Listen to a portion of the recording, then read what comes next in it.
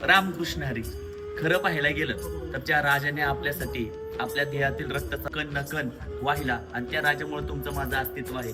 तसं पाहायला गेलं तर आपल्या श्री क्षेत्र पुरंदर तालुक्यामध्ये अतिशय दिदीप्यमान असं हिंदू धर्माचं कार्य करणार श्री शिव प्रतिष्ठान हिंदुस्थान यांच्या माध्यमातून आज एक आगळा वेगळा आणि आपल्याला आदर्शवत असणारा असा सोहळा आयोजित केला आहे श्री क्षेत्र कारभाई मंदिरामध्ये, तो म्हणजे रक्तदानाचा सोहळा. खरं पाहिलं गेलं याचं निमित्त सर्वांना प्रेरित करणारा आहे.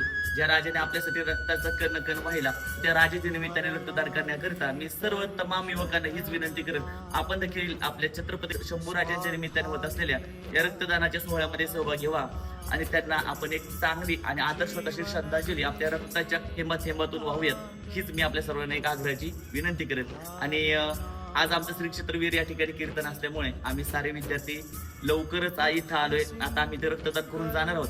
विद्यार्थ्यांची फार इच्छा होती, परंतु वय 18 झाल्याशिवाय त्यांना रक्तदान करता येणार नाही. पण त्यांच्या बालमनावर आज जो होणारा संस्कार आहे तो चिरंतन काळपर्यंत टिकेल. छत्रपती संभाजी महाराज की जय.